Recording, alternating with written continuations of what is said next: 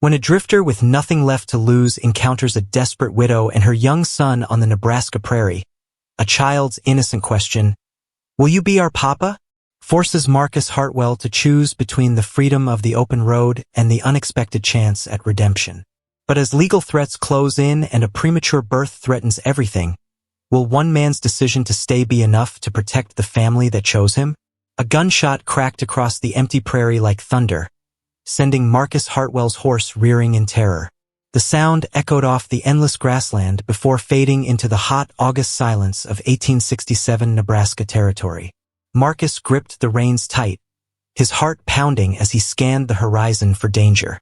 Nothing moved except the golden wheatgrass swaying in the wind. No smoke, no riders, just miles and miles of empty land stretching to the blue sky. Marcus wiped sweat from his forehead with a shaky hand. 3 weeks of riding alone could make a man jumpy, especially when he was running from the kind of trouble that followed you wherever you went. His horse snorted and stamped, still nervous from the loud noise. Marcus patted the animal's neck, feeling the warm muscle beneath his palm. "Easy, boy. Probably just a farmer scaring off crows." But his voice sounded strange in the big silence around them. The trail ahead was nothing more than wagon ruts carved into the earth by other travelers heading west.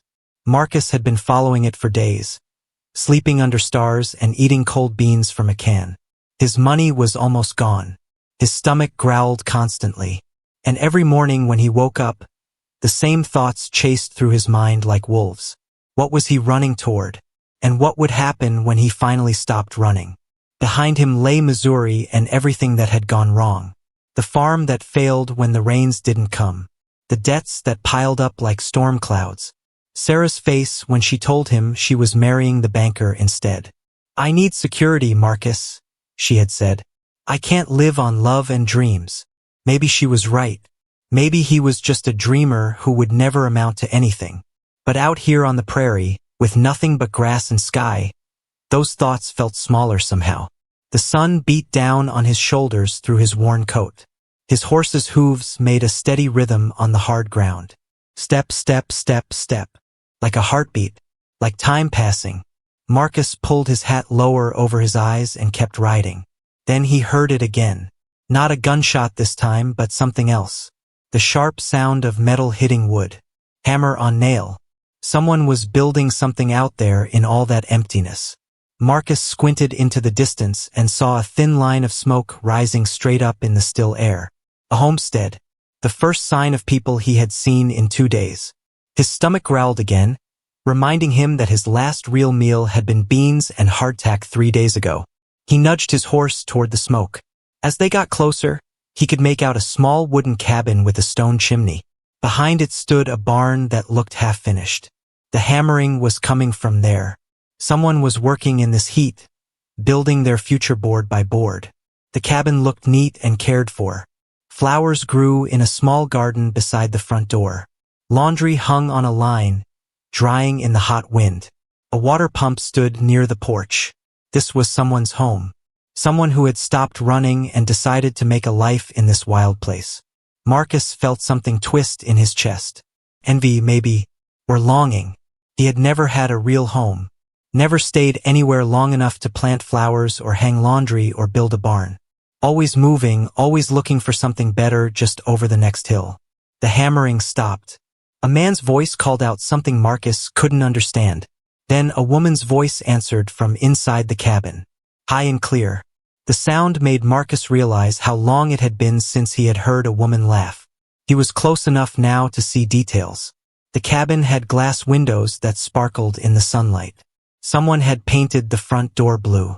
A rocking chair sat on the porch, as if waiting for evening and someone to sit and watch the sunset. Marcus reined in his horse at the edge of the property. He should keep riding. These people didn't know him. They had their own lives, their own problems. He was just a stranger passing through. But his horse was tired. And he was tired too. Tired of running. Tired of being alone. Tired of not knowing where he was going or why. Maybe he could ask for water. Maybe trade some work for a meal. Maybe rest here for just one night before heading west again. Before he could decide, the hammering started again. Steady and sure. the sound of someone building something to last. "Mister. Hey there, mister." The voice hit Marcus like a lightning bolt, high and excited and coming fast across the yard. A small boy burst around the corner of the cabin like he had been shot from a cannon. Auburn hair flying, suspenders bouncing, bare feet kicking up dust with every running step. Marcus's horse shied sideways, but the boy didn't slow down. He ran right up to them with the kind of fearless energy that only belonged to children. His face was round and freckled, his blue eyes bright as summer sky. He couldn't have been more than 7 years old. "You got a real nice horse?" the boy announced, stopping just close enough to reach out and touch the animal's nose. "What's his name? Where'd you come from? Are you staying for supper?" Before Marcus could answer any of those questions, the boy's face lit up with excitement. "Oh, I got something important to ask you." Marcus dismounted slowly, his legs stiff from hours in the saddle. The boy watched every movement like he was witnessing something amazing. When Marcus's boots hit the ground, the child took a deep breath and looked up at him with the most serious expression Marcus had ever seen. "My mama's having a baby," the boy said, like he was sharing the most important news in the world. "She told me it might be a baby brother this time. We already got my sister Hope, but she's just little." Marcus nodded, not sure what he was supposed to say to that. But the boy wasn't finished. "Babies need papas," the child continued, his voice getting more excited with each word. "Mama explained it all to me, and we got plenty of room here. The cabin's got 2 whole rooms, and we're building a bigger barn." Marcus felt something cold run down his spine. Where was this going? The boy squared his small shoulders and looked Marcus straight in the eye. "So will you be our papa?" The question hit Marcus like a punch to the stomach. He opened his mouth, but no words came out. The boy stood there waiting, his face full of hope and innocence, like he had just asked the most natural thing in the world. "Johnny Morrison, you get back here this instant." The woman's voice cracked across the yard like a whip. Marcus looked up to see her hurrying toward them from the cabin, one hand pressed to her belly, the other shading her eyes against the sun. Even from a distance, he could see her face burning red with embarrassment. "I'm sorry," she called to Marcus. "Johnny, come here right now." But Johnny didn't move. He kept staring up at Marcus, waiting for an answer to his impossible question. "Well?" he asked. "Will you?" The woman reached them, breathing hard. Up close, Marcus could see she was younger than he had expected. Maybe 25. Her honey-colored hair was escaping from a simple bun, and worry lines creased her forehead. Her dress was clean but patched in several places. Her hands were rough from work. "I am so sorry," she said again, grabbing Johnny's shoulder. "He doesn't understand. My husband passed last winter, and Johnny's been asking every traveler the same question for months." Marcus found his voice. "Every traveler?" "The preacher, the supply wagon driver, even old Mr. Peterson who brings mail once a month." Her cheeks grew redder. "I've tried to explain, but he's convinced that if he just asks enough people." Johnny tugged free from his mother's grip. "Mama said babies need papas," he explained to Marcus seriously. "And you look like you'd be a good one. You got kind eyes." The woman closed her eyes like she wanted to disappear. "Johnny, please." Marcus studied the boy's earnest face, then looked at his mother. She was trying to be stern, but Marcus could see something else in her expression. Something that looked almost like hope, quickly hidden but not quite fast enough. "What's your name, son?" Marcus asked. "Johnny Morrison. This here's my mama, Rebecca. And you didn't answer my question yet." Marcus knelt down so he was eye level with the boy. Johnny's freckled face was completely serious, like they were discussing important business. "That's a big question, Johnny. The kind that deserves a careful answer. Does that mean you'll think about it?" "Johnny," Rebecca said sharply, but Marcus held up a hand. "It means I'd like to know more about you and your mama before I give any answers." "Fair enough." Johnny considered this gravely, then nodded. "Fair enough. Want some coffee? Mama makes real good coffee." And maybe she'll tell you about the baby coming and how we need help with the harvest and how lonely it gets out here sometimes when the wind blows all night. Rebecca grabbed Johnny's hand. That's quite enough, young man. But Marcus was already looking at her differently, seeing the way she protected her belly with one hand, noticing how her eyes darted to the unfinished barn, then back to his face, understanding that Johnny's bold question might not have been as innocent as it seemed. Coffee sounds good, Marcus heard himself say. I'm Marcus Hartwell. Rebecca hesitated, then extended a flour-dusted hand. Rebecca Morrison. And thank you for being kind to Johnny, even after his impropriety. When their hands touched, Marcus felt something he hadn't expected. Not just the roughness of work-worn skin, but something warmer, like recognition, like coming home. Will you really stay for coffee? Johnny asked, bouncing on his toes. Marcus looked at the boy's eager face, then at Rebecca's cautious but hopeful expression, then at the neat little cabin with its blue door and flower garden.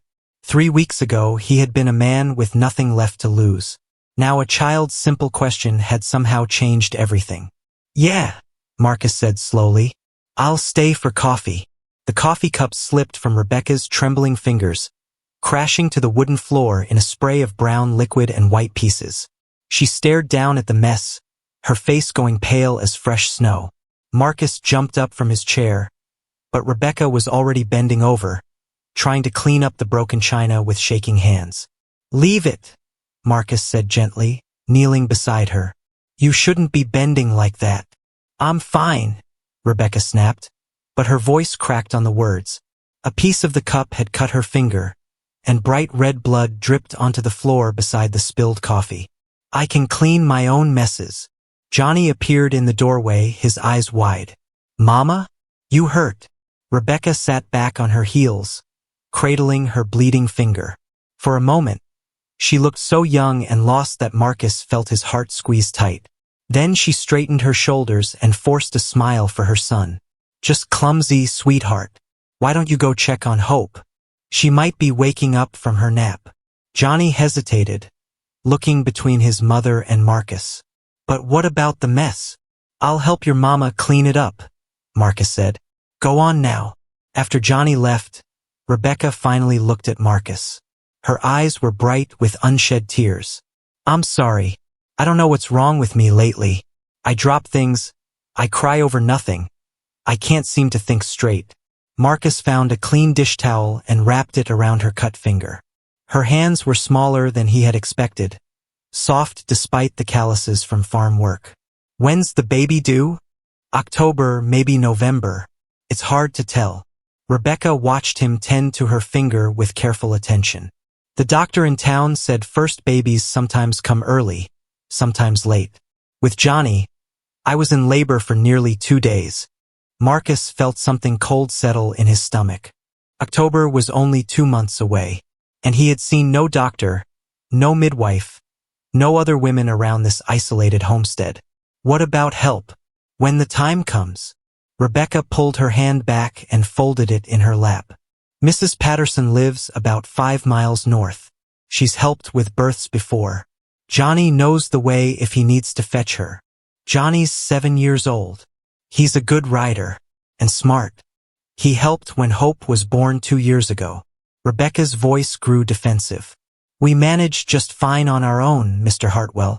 Marcus looked around the cabin's main room, really seeing it for the first time.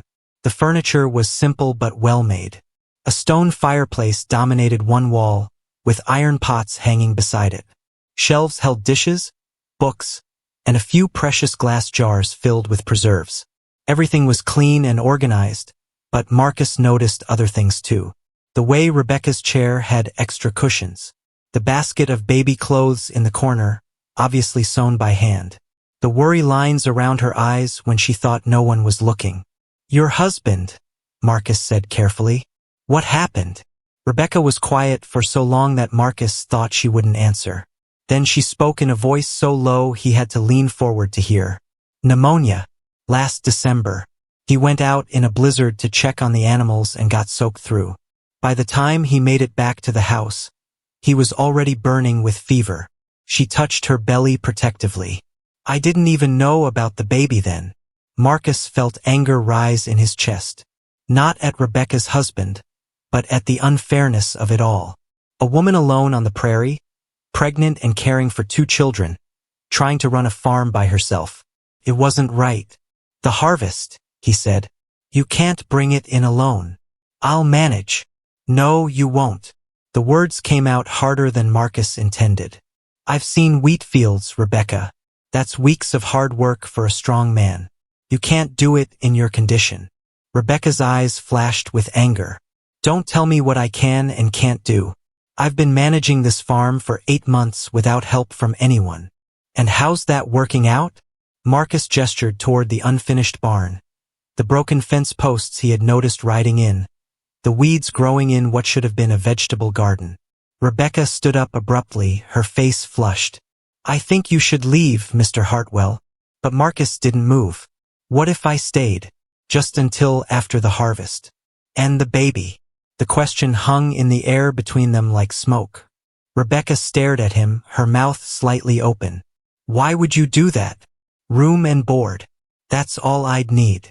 I can't pay wages. I'm not asking for wages. Rebecca walked to the window and looked out at the endless prairie. You don't know anything about me. I could be a terrible person. A bad mother. A woman with secrets. Marcus joined her at the window. Outside, Johnny was chasing their old rooster around the yard, laughing as the bird squawked and flapped its wings. Johnny seems to think you're worth having around. Johnny thinks every stranger who rides up might be his new papa. Maybe Johnny's smarter than we give him credit for.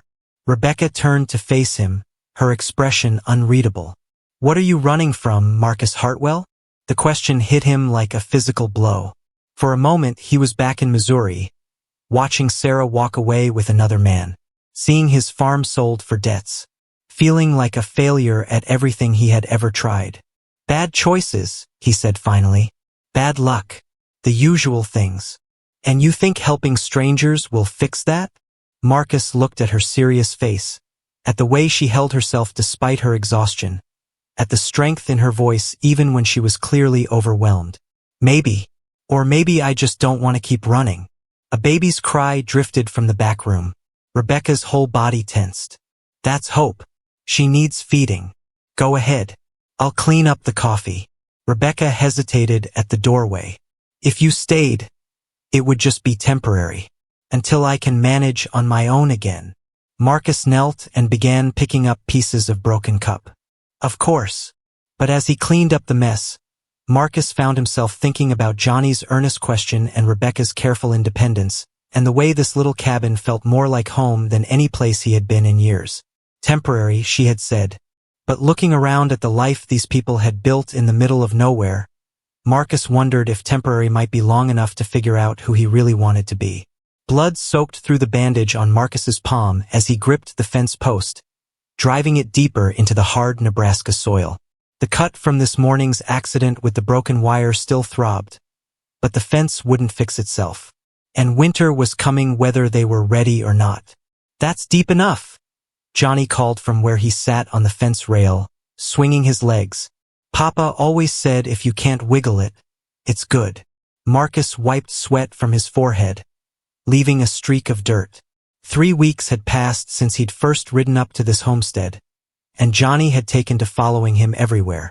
The boy never seemed to run out of energy or questions or stories about his papa who wasn't coming back. Hand me those nails, Marcus said, reaching for the hammer. Johnny jumped down and grabbed the rusty coffee can full of bent nails they had been straightening each evening. Mama says you're the hardest worker she ever saw. She told Mrs. Patterson yesterday that you fixed more things in 3 weeks than most men fix in 3 months. Marcus felt warmth spread through his chest at the compliment, but he kept his voice casual. Your mama's been working twice as hard as me, growing a baby and keeping this place running. She likes you, Johnny announced with the blunt honesty of childhood. I can tell. She smiles different now, and she hums when she cooks. Before Marcus could figure out how to respond to that, a horse and wagon appeared on the horizon. Johnny shaded his eyes with his hand, then grinned.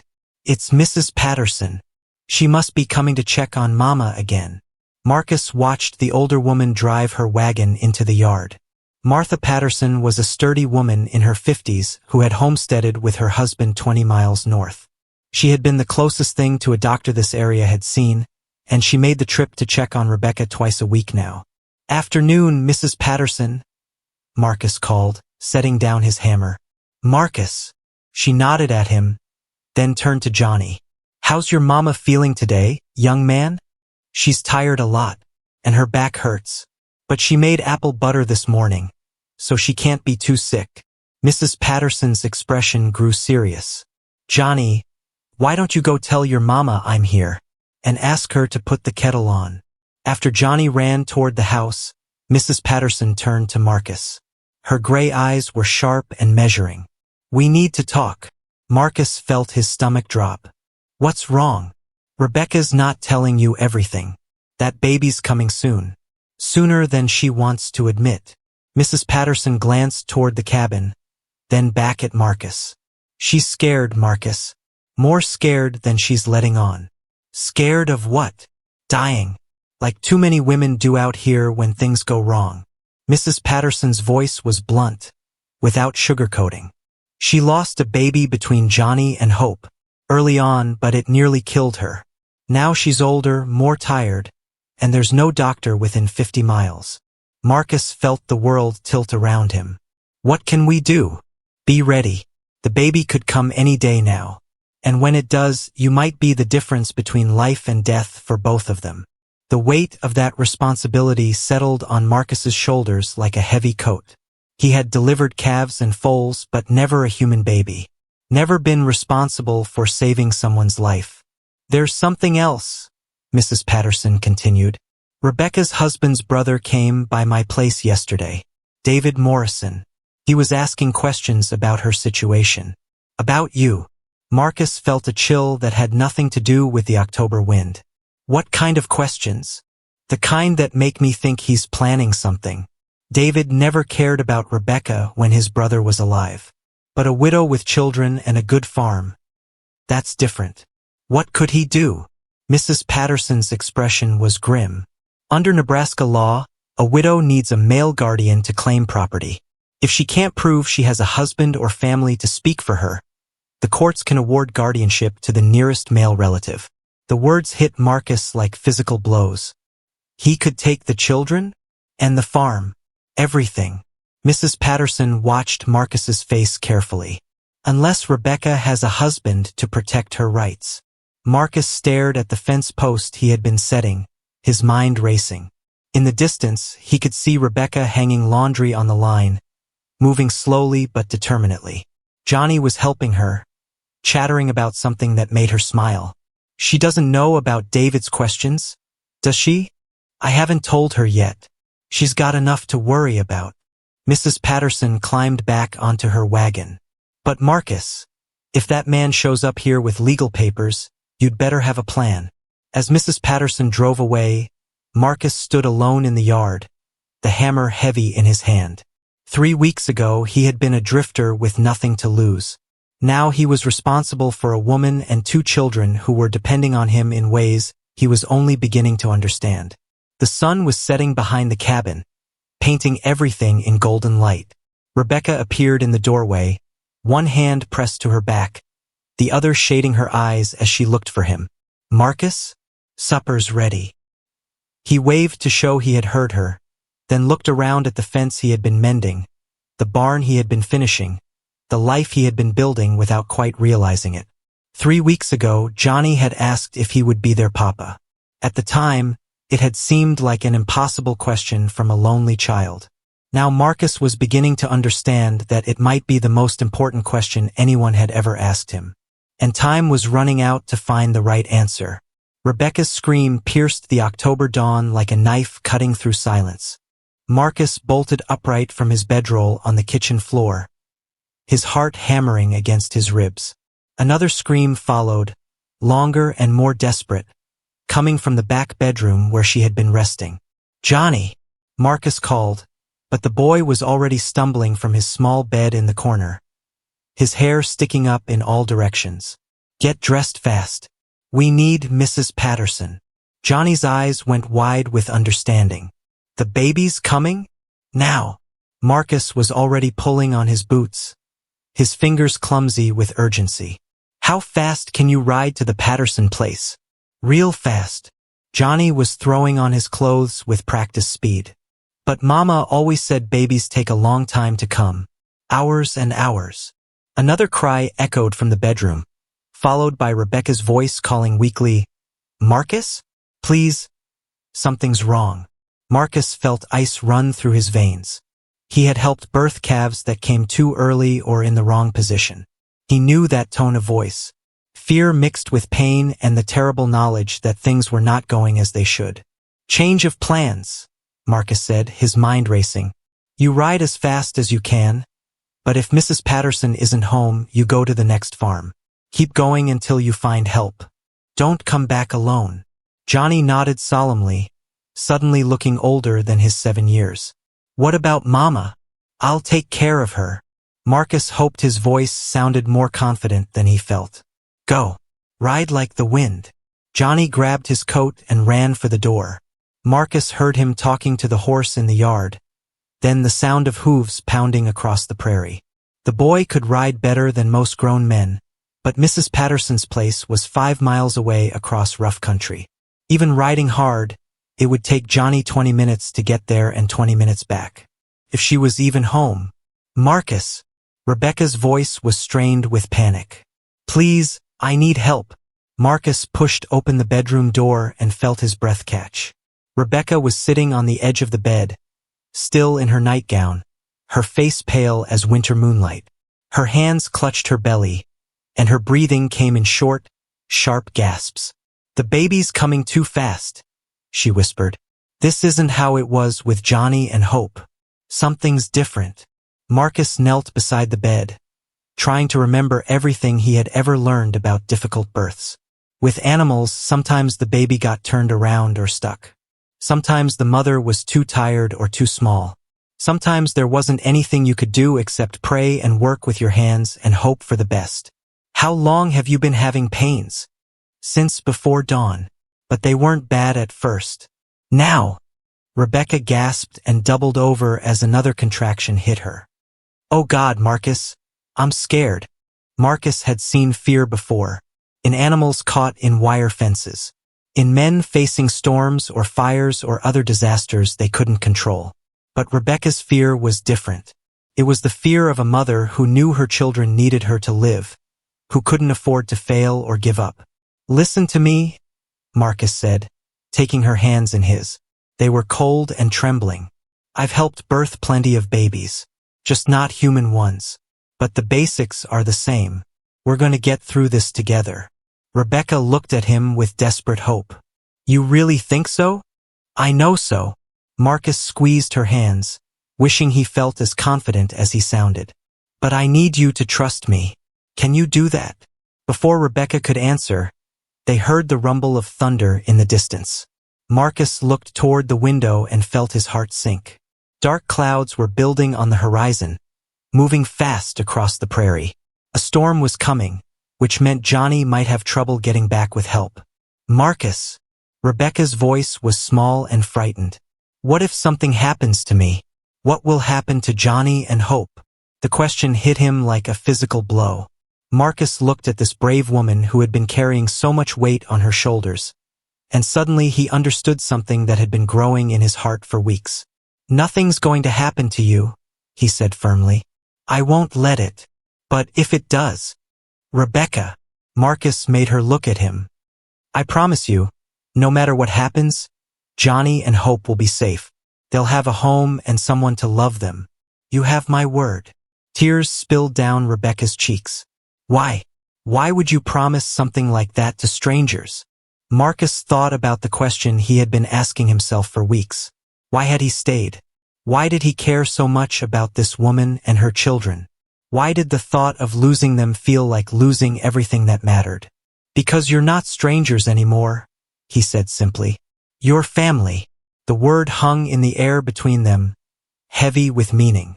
Rebecca stared at him through her tears, and Marcus saw something change in her expression. Hope mixed with gratitude and something deeper that made his chest tight. Another contraction hit, stronger than before. Rebecca gripped his hands so tight her nails dug into his skin. Outside, the wind was picking up, rattling the windows and making the cabin creak. The storm was getting closer. "The baby's coming now," Rebecca gasped. "I can feel it. There's no time to wait for Mrs. Patterson." Marcus felt fear crawl up his spine, but he pushed it down. Fear wouldn't help Rebecca or her baby. Only steady hands and a clear head could do that. "All right," he said, standing up. "Tell me what you need me to do." As if in answer to his words, lightning flashed outside the window, followed by a crack of thunder that shook the whole cabin. The storm had arrived just as Rebecca's baby decided to come into the world. And somewhere out in that wild weather, Johnny was racing across the prairie, trying to bring help that might arrive too late. Marcus looked at Rebecca, who was breathing hard and trusting him with her life and her child's life, and made himself a promise. Whatever happened in the next few hours, he would not let this family down. He had spent too many years running from responsibility and commitment. Today, he would stand and fight for the people he loved. The baby's first cry cut through the storm like sunlight breaking through clouds, thin and angry and absolutely perfect. Marcus held the tiny, slippery infant in his shaking hands, hardly believing what had just happened. After 2 hours of the hardest work he had ever done, Rebecca's daughter had finally entered the world. "Is she?" Rebecca's voice was weak with exhaustion, but her eyes burned with desperate hope. "She's perfect," Marcus whispered, wrapping the baby in the clean towel he had prepared. Small, but breathing good and strong. He placed the infant on Rebecca's chest, watching as tears of relief streamed down the new mother's face. The baby was indeed small, probably born a few weeks early, but her lungs worked fine and her tiny fists waved in the air like she was ready to fight the world. "Hello, sweet girl," Rebecca murmured, touching the baby's cheek with one gentle finger. "You gave us quite a scare." Outside, rain hammered against the cabin walls and wind howled across the prairie. The storm had been raging for hours, turning the world into a nightmare of mud and lightning. Marcus had given up hope that Johnny would make it back with Mrs. Patterson. The boy was smart enough to take shelter somewhere and wait out the worst of the weather. "What will you name her?" Marcus asked, sinking into the chair beside the bed. His shirt was soaked with sweat and his hands still trembled from the intensity of the last few hours. "I was thinking." Rebecca looked up at him with an expression he couldn't quite read. "I was thinking maybe Grace, because of the grace we were shown today." Marcus felt something warm bloom in his chest. Grace.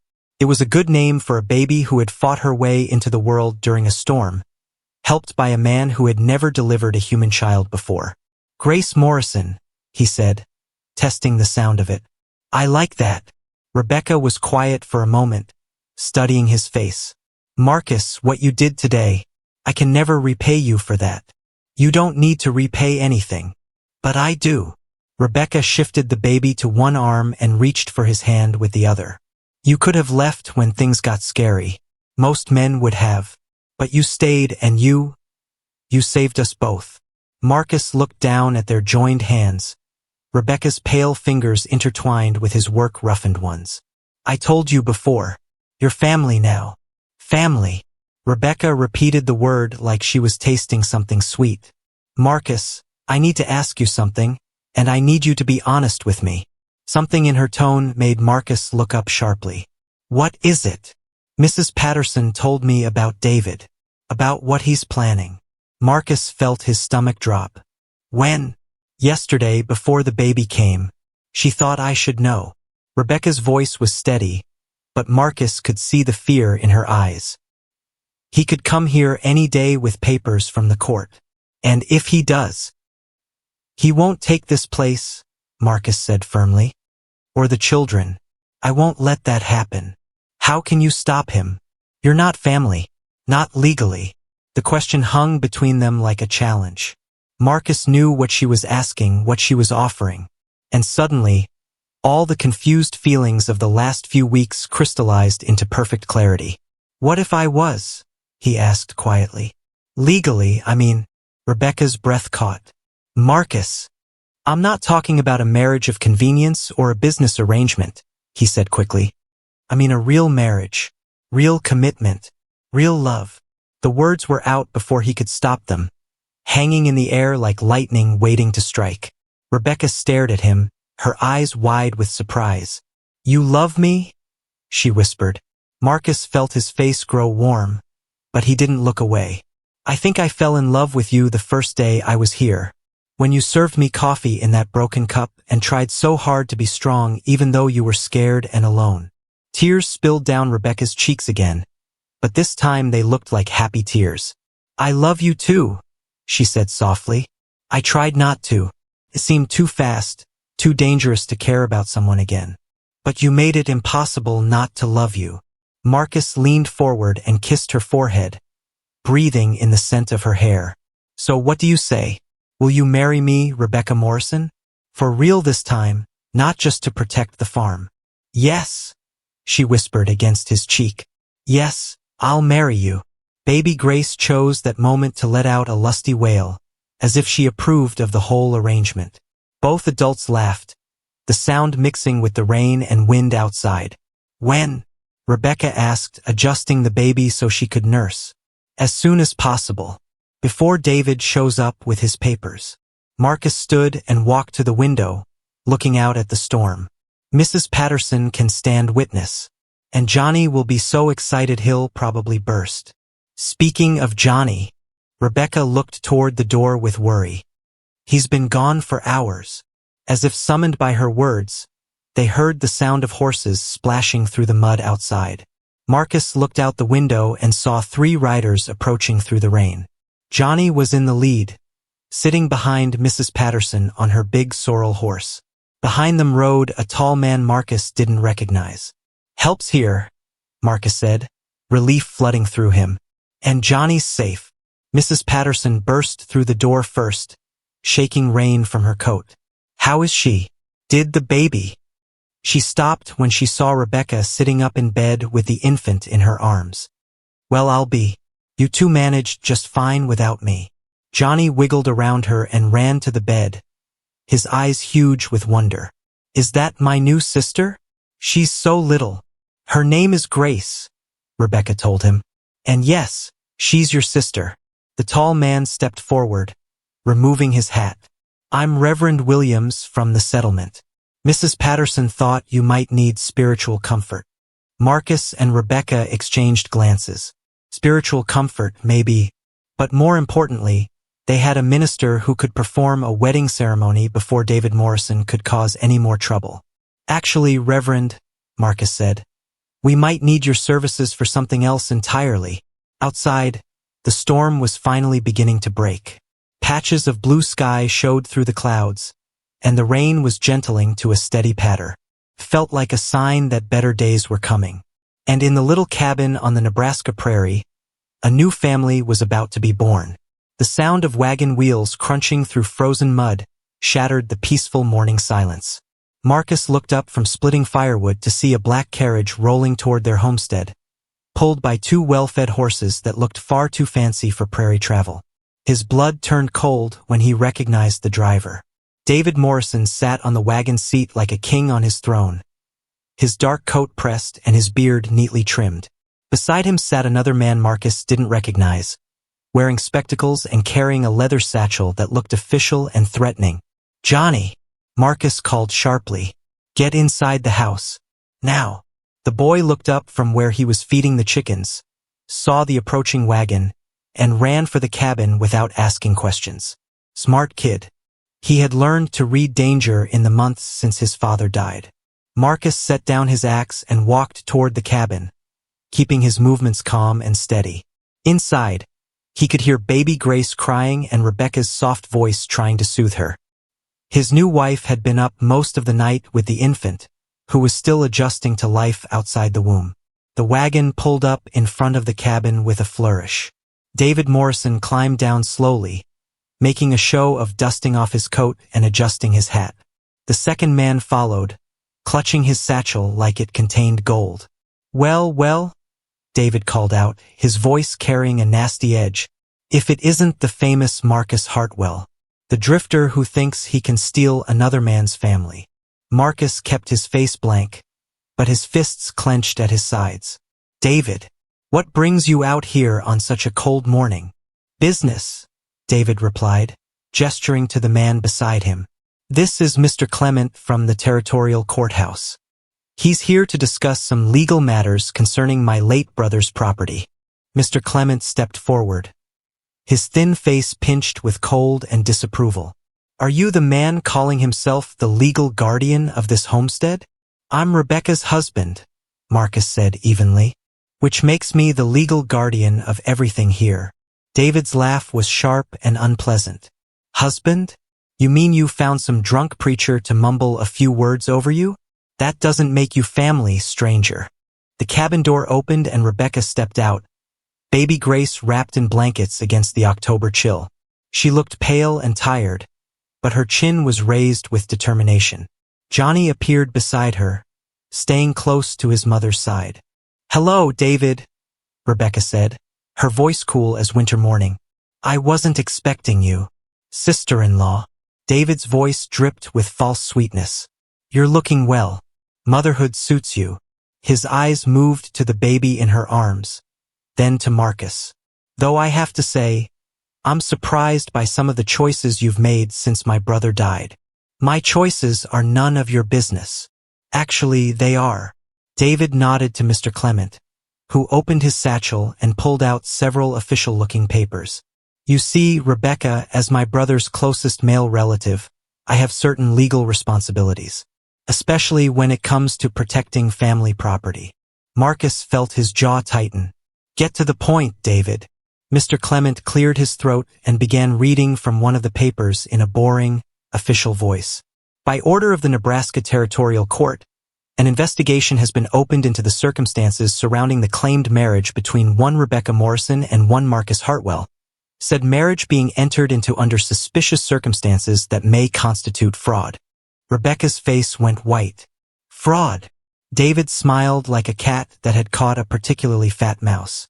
You see, dear sister-in-law, someone reported that this marriage was arranged purely to avoid legal guardianship proceedings. That makes it a crime under territorial law. Who reported it? Marcus demanded, stepping protectively in front of his family. A concerned citizen who wishes to remain anonymous. Mr. Clement replied primly. The court takes marriage fraud very seriously, Mr. Hartwell. If found guilty, both parties could face substantial fines and imprisonment. Johnny tugged on his mother's skirt. Mama, what's fraud? Are they trying to arrest Marcus? Rebecca's hand tightened on her son's shoulder. No one's being arrested, sweetheart. But Marcus could see the fear in her eyes. David had planned this carefully, waiting until after the baby was born and Rebecca was most vulnerable. If the court decided their marriage was fake, David could claim guardianship of the children and control of the farm. Of course, David continued smoothly, these charges could be dropped if certain arrangements were made. I'm prepared to offer a generous settlement for the property. Enough for Rebecca to start over somewhere else. Maybe back east where she has family to help with the children. The property isn't for sale, Marcus said firmly. It might not be your decision to make, Mr. Clement interrupted. If the marriage is declared invalid, Mrs. Morrison would need a court-appointed guardian to handle such matters. Rebecca stepped forward, baby Grace still in her arms. And I suppose you've already picked out a suitable guardian? David's smile widened. As my brother's closest relative, it would be my duty to. Your duty? Rebecca's voice cracked like a whip. Where was your duty when I was alone all winter? Where was your duty when I needed help with the harvest? You never cared about this family when my husband was alive, and you don't care now. Now, Rebecca, there's no need to get emotional. Don't tell me how to feel. Rebecca's eyes blazed with anger. This is my home. These are my children. And Marcus is my husband in every way that matters. Mr. Clement shuffled his papers importantly. The court will need proof of that, Mrs. Morrison. Witnesses to the courtship, evidence of genuine affection, testimony from community members. I'll give you testimony, a strong voice called from behind them. Everyone turned to see Mrs. Patterson riding up on her horse, her gray hair whipping in the wind. Behind her came two more riders Marcus recognized from the general store in town. "Martha?" Rebecca breathed, relief flooding her voice. Mrs. Patterson dismounted and walked straight up to Mr. Clement, her weathered face set in hard lines. "I'm Martha Patterson. I've lived in this territory for 20 years, and I've never seen a more genuine marriage than these two." "Ma'am, the court requires." "The court can require whatever it likes," Mrs. Patterson interrupted. "But I was here the day that baby was born. I saw how this man risked everything to save his wife and child. And I saw how they looked at each other when they thought no one was watching." One of the other riders, an older man with a thick beard, nodded agreement. "I'm Sam Wheeler from the general store. These folks come to town together every week. Hold hands, share looks, act like any married couple I ever seen." David's confident expression was starting to crack. "These people are just what?" Mrs. Patterson demanded. "Just honest folks telling the truth? Maybe the court should ask why you're so interested in this property, David Morrison. Maybe they should ask about those gambling debts you owe in Omaha." David's face went red. "That's none of your business, you old." "Careful," Marcus said quietly, but his voice carried a dangerous edge. "That's no way to talk to a lady." For a moment, the two men stared at each other across the yard. David was bigger, but Marcus had spent months doing hard physical labor. And more importantly, Marcus was fighting for his family while David was fighting for money. Mr. Clement sensed the tension and quickly stuffed his papers back into his satchel. "Perhaps we should postpone this investigation until the court can review all the evidence." "Perhaps you should," Mrs. Patterson agreed sweetly. "And perhaps you should tell the court that this family has plenty of witnesses willing to testify on their behalf." As the official wagon rolled away, David called back over his shoulder. "This isn't over, Rebecca. Not by a long shot." But Marcus wasn't worried about David's threats anymore. Looking around at the neighbors who had come to stand with them, holding his wife and baby daughter close while Johnny grinned up at him, Marcus realized something important. They weren't alone anymore. They had community. They had people who cared. And that made them stronger than any legal paper or court order. Johnny's terrified scream ripped through the November night like a blade cutting silk. Marcus bolted from the kitchen table where he had been studying seed catalogs by lamplight, his chair crashing backward as he ran toward the sound. The boy's voice came again, high and panicked, from somewhere outside in the darkness. "Marcus, help! Something's wrong with Star." Marcus grabbed the lantern and rushed into the cold night air, his breath forming clouds in the freezing temperature. He found Johnny in the barn, kneeling beside their best horse. Star lay on her side in the straw, her breathing fast and shallow, her eyes wide with pain. "What happened?" Marcus knelt beside the mare, running his hands over her swollen sides. "I don't know." Johnny's voice cracked with worry.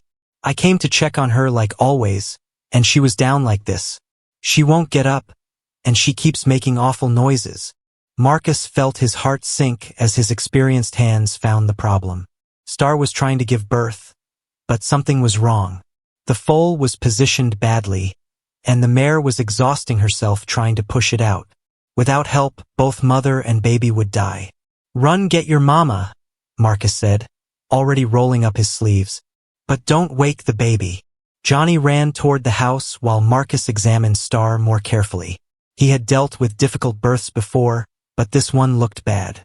The foal was coming backward, which meant Marcus would have to reach inside and try to turn it around. It was dangerous work that could easily go wrong. Rebecca appeared in the barn doorway, wrapped in her shawl against the cold. Baby Grace was sleeping peacefully in her arms, unaware of the crisis happening around her. "How bad is it?" Rebecca asked quietly. "Bad. The foal's breech and Star's been trying too long. She's getting weak."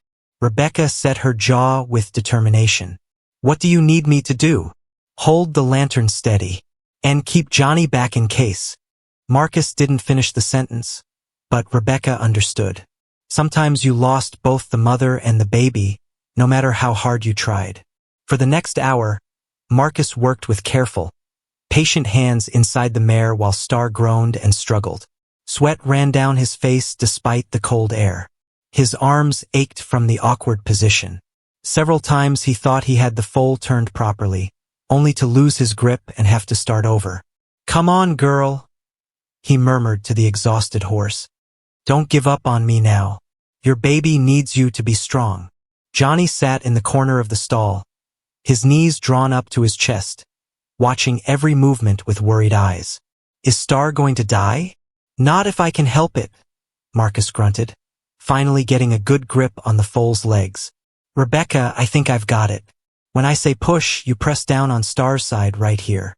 The next few minutes felt like hours. Marcus pulled while Rebecca pushed and Star gave everything she had left. Then suddenly, the foal slipped free in a rush of fluid and blood, landing in the straw like a miracle. "It's out!" Johnny shouted, jumping to his feet. The foal was small and wet and perfectly still. Marcus quickly cleared its nose and mouth, then rubbed its chest vigorously with straw. For a terrifying moment, nothing happened. Then the little horse shuddered, coughed, and drew its first breath. "It's alive!" Rebecca laughed, tears streaming down her face. "Marcus, you did it!" Star lifted her head weakly and nickered softly to her baby. The foal was already trying to lift its head, instinct telling it to find its mother's milk. Marcus sat back on his heels, exhausted but triumphant. "Is it a boy or girl?" Johnny asked, creeping closer. Marcus checked quickly. "It's a filly, a little girl horse." Johnny's face lit up with joy. "Can I name her?" "Please." Rebecca smiled at her son's excitement. "What would you like to call her?" Johnny thought seriously for a moment, studying the wobbly foal. "Hope, like my baby sister, because Marcus saved her just like he saved Grace." Marcus felt something warm and proud swell in his chest. The boy was right. Both births had been difficult. Both had required careful hands and steady nerves. And both had brought new life into their little family. "Hope is a perfect name," Rebecca said softly, looking at Marcus with love and admiration. "You have quite a gift with babies, husband, human and horse." As if to prove the point, baby Grace chose that moment to wake up and announce she was hungry. Rebecca adjusted her shawl and began nursing the infant while they all watched the newborn foal struggle to stand on impossibly long legs. "She's so beautiful," Johnny whispered, reaching out to gently touch the filly's soft nose. Hope snuffled at his fingers curiously, already unafraid of humans. Marcus cleaned up while mother and daughter got acquainted. Star was tired but alert, licking her baby clean with long, gentle strokes. The foal was small but strong, and within an hour she was standing on shaky legs, looking for milk. "We'll need to watch them closely for the next few days," Marcus told Rebecca as they walked back to the house. "Make sure the foal is nursing properly and Star doesn't develop any problems." "You really think they'll both be all right?" Marcus looked back at the barn where a new life had just begun. "I think they're going to be just fine. Star's a good mother, and that filly has fight in her." Inside the warm cabin, Johnny chattered excitedly about the new foal while Rebecca put Grace down for the night. Marcus stoked the fire and made coffee, feeling bone-deep satisfaction at another crisis successfully handled. "Marcus," Johnny's voice was suddenly serious. "When you were helping Star, I was really scared. But then I remembered what you always say about being brave when people need you." "What do I always say?" "That being brave doesn't mean you're not scared. It means you do what's right even when you are scared." Johnny looked up at him with eyes full of trust. "You're the bravest person I know." Marcus felt his throat tighten with emotion. 6 months ago, he had been a man with no purpose, drifting across the prairie with no destination.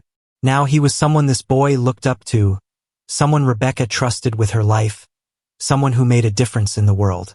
"You're pretty brave yourself, son," Marcus said, ruffling Johnny's hair. "Running to get help, staying calm when things got scary. Your papa would be proud of the man you're becoming." Johnny beamed at the praise, then yawned hugely. "Can I check on Hope first thing in the morning?" "First thing," Marcus promised. As Johnny headed to bed, Rebecca came to stand beside Marcus at the window. Outside, snow was beginning to fall, coating the prairie in white silence. But inside their cabin, everything was warm and safe and peaceful. "Another successful delivery," Rebecca said, slipping her arm around his waist. "I'm starting to think you missed your calling. Maybe you should have been a doctor instead of a farmer." Marcus pulled her closer, breathing in the scent of her hair. "I think I'm exactly where I'm supposed to be." And looking out at the snow falling on their land, with his wife in his arms and their children safe in bed, Marcus knew it was true. The prairie had tested him with storms and difficult births and legal threats, but it had also given him everything he had ever wanted. A home, family, purpose, and tomorrow there would be a new foal to watch grow strong. The courthouse doors slammed open with a bang that echoed through the December morning like a gunshot. David Morrison stormed down the steps, his face twisted with rage, clutching a handful of crumpled legal papers. Behind him, Mr. Clement hurried to keep up, his spectacles sliding down his nose as he tried to calm his angry client. "This isn't over," David shouted toward the courthouse, his voice carrying across the town square. "I'll appeal this decision. I'll take it to the territorial governor if I have to." Marcus watched from across the street where he stood with Rebecca and the children. Johnny was holding baby Grace while Rebecca gripped Marcus's arm, her knuckles white with tension. They had spent 3 hours inside that courthouse, answering questions about their marriage, their relationship, their life together. And they had won. Judge Hamilton had declared their marriage completely legal and binding. He had dismissed all charges of fraud. He had ordered David to stop harassing the family. But looking at David's furious face, Marcus knew this victory might be more dangerous than defeat. "He's not going to give up?" Rebecca whispered, fear creeping into her voice. "Let him try," Marcus replied, but he kept his eyes on David as the man climbed into his wagon. "The law is on our side now." David cracked his whip hard over his horses' heads, making them jump and bolt forward. As the wagon raced past, he leaned out and called, "You think you've won, Hartwell? You have no idea what's coming." The wagon disappeared around the corner in a cloud of dust and angry wheel noise.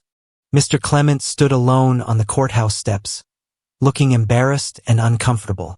He caught Marcus's eye and shrugged apologetically before hurrying away. "Can we go home now?" Johnny asked, shifting baby Grace to his other arm. "Hope will be wondering where we are." Marcus smiled at the boy's concern for the foal. In the 3 weeks since Hope's birth, Johnny had barely left the barn except for meals and sleep. The little horse followed him around like a puppy, and Johnny took his responsibility as her caretaker very seriously.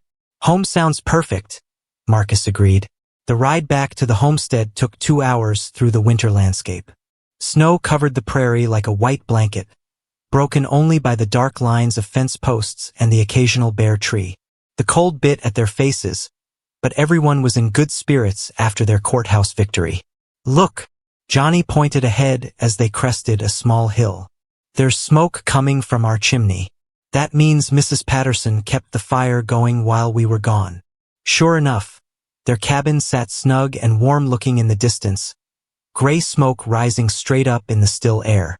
Mrs. Patterson had agreed to watch the place while they went to town for the hearing. She was probably inside right now, keeping the stew pot warm and waiting to hear their news.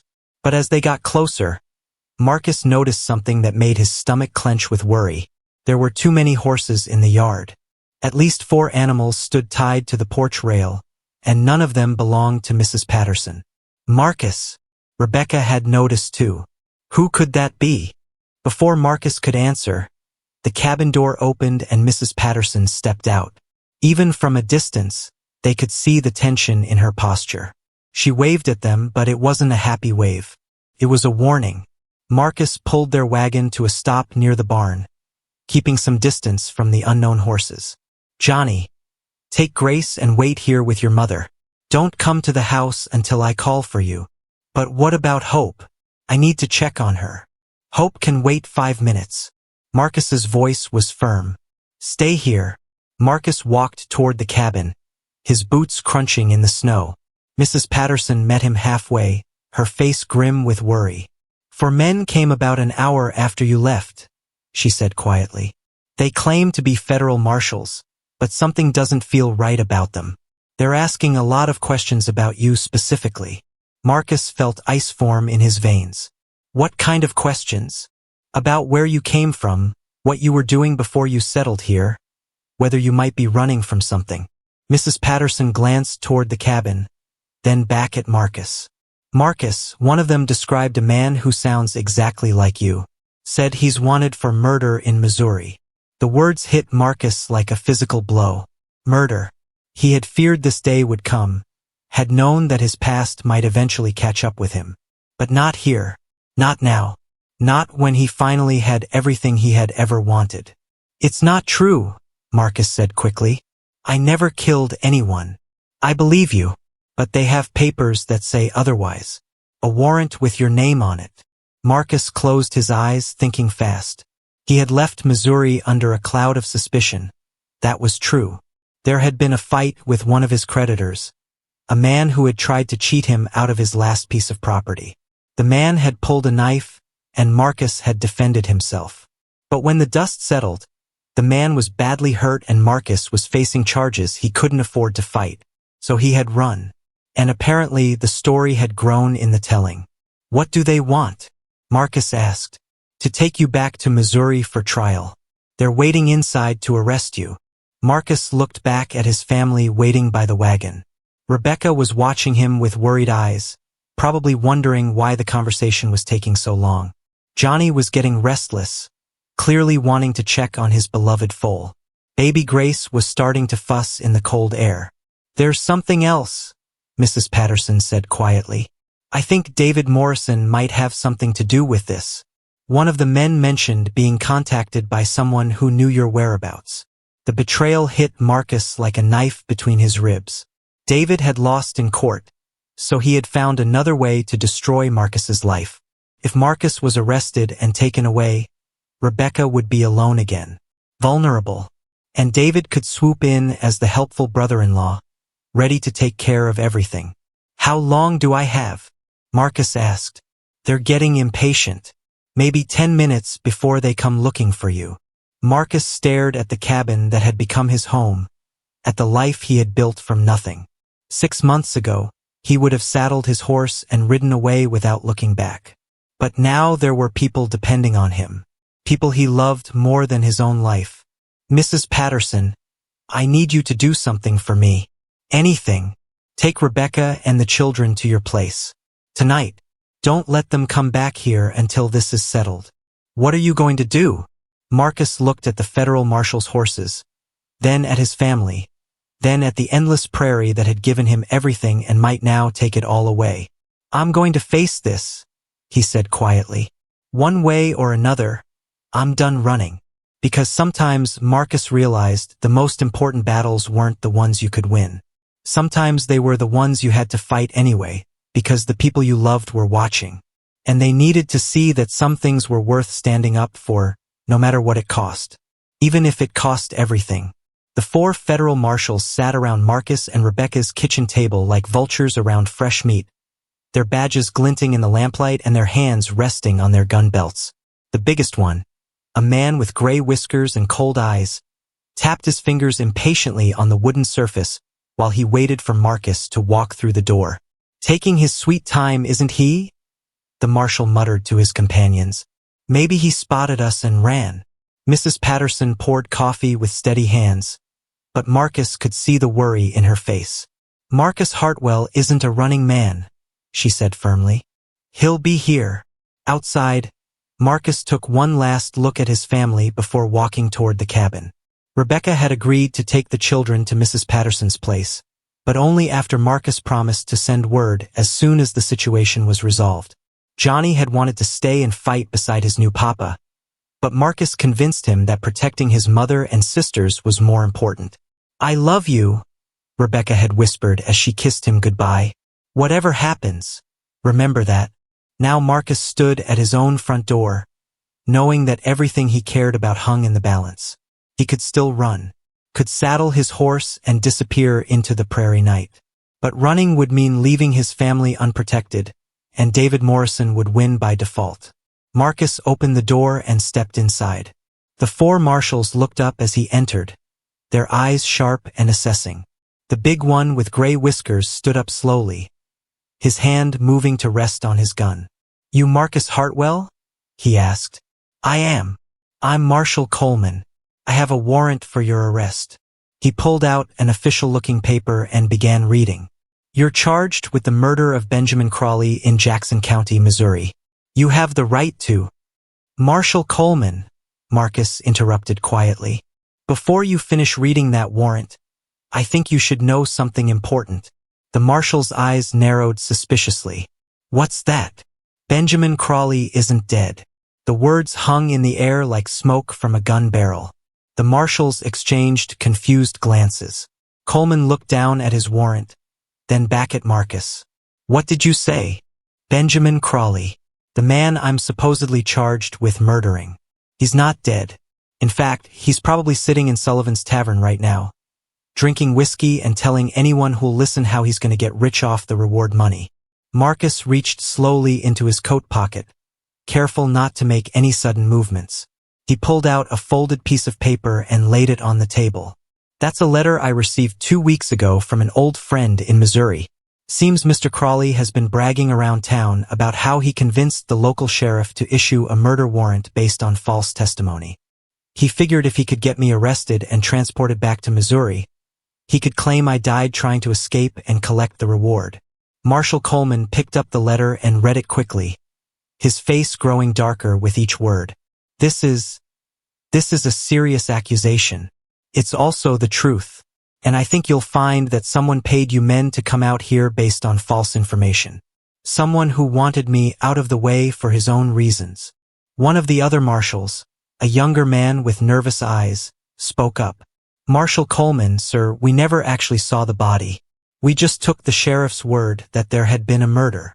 Coleman was quiet for a long moment, studying the letter.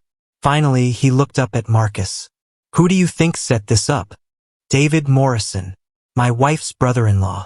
He lost a court case today trying to claim guardianship of this property. This was his backup plan." "Can you prove that?" Marcus smiled grimly. "As a matter of fact, I can. Mrs. Patterson, would you tell these gentlemen what you overheard in town yesterday?" Mrs. Patterson set down the coffee pot and faced the marshals. "I was at the general store when David Morrison came in. He was talking to a stranger about paying for special services to remove a problem from his family. He mentioned federal marshals and Missouri warrants." The youngest marshal looked sick. "Sir, if we've been used to commit fraud—" "We haven't committed anything yet," Coleman said firmly. He folded the warrant and put it back in his pocket. "Mr. Hartwell, we'll need to verify this information before we take any action. Are you willing to come with us voluntarily while we sort this out?" Marcus felt his heart sink. Even if the charges were false, he could still end up spending weeks or months in jail while the marshals investigated. And in that time, David could cause untold damage to his family. "Marshal Coleman," a new voice said from the doorway, "I don't think that will be necessary." Everyone turned to see a tall man in an expensive coat standing in the doorway. He had silver hair and the confident bearing of someone used to being obeyed.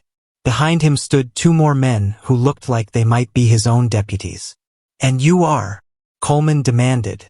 "Judge William Harrison, Territorial Supreme Court." The man produced credentials that made all 4 marshals straighten up with respect. "I happened to be in the area investigating reports of judicial corruption when I heard about this situation." Judge Harrison walked into the room like he owned it. "Gentlemen, you've been the victims of an elaborate fraud. I have statements from 3 witnesses in Missouri confirming that Benjamin Crawley is very much alive. I also have evidence that David Morrison paid Sheriff Tucker $500 to issue a false warrant." Marcus felt his knees go weak with relief. "Judge Harrison, how did you—" "Mrs. Patterson sent word to my office this morning when she realized what was happening. I've been investigating David Morrison for several months now. This isn't his first attempt at using false legal documents to steal property." Marshal Coleman looked embarrassed and angry. "Sir, we had no idea." "Of course you didn't. That's why Morrison chose marshals from outside the territory. He knew local law enforcement would have been more suspicious. Judge Harrison turned to Marcus. Mr. Hartwell, I apologize for what you've been put through. The charges against you are completely fraudulent and will be dismissed immediately. What about David Morrison? He'll be arrested within the hour on charges of fraud, bribery, and conspiracy. I suspect he'll be spending the next few years in territorial prison. Marcus sank into a chair, overwhelmed by the sudden reversal of fortune. An hour ago, he had been facing arrest and separation from his family. Now he was free, and his enemy was the one heading to jail. There's one more thing, Judge Harrison said with a slight smile. David Morrison's gambling debts in Omaha have finally caught up with him. His creditors seized all his assets yesterday, including the money he was using to fund these legal attacks on your family. Mrs. Patterson clapped her hands together with delight. Well, I'll be. Sometimes justice does win out after all. As the marshals prepared to leave, looking thoroughly embarrassed by their role in the fraud, Marshal Coleman shook Marcus's hand. Sir, I want to apologize again. We pride ourselves on upholding the law, not being used to break it. No harm done, Marcus replied. You were just doing your job. After everyone left, Marcus sat alone in his kitchen, looking around at the home he had almost lost. The coffee was still warm on the stove. Baby Grace's blanket lay folded on Rebecca's chair.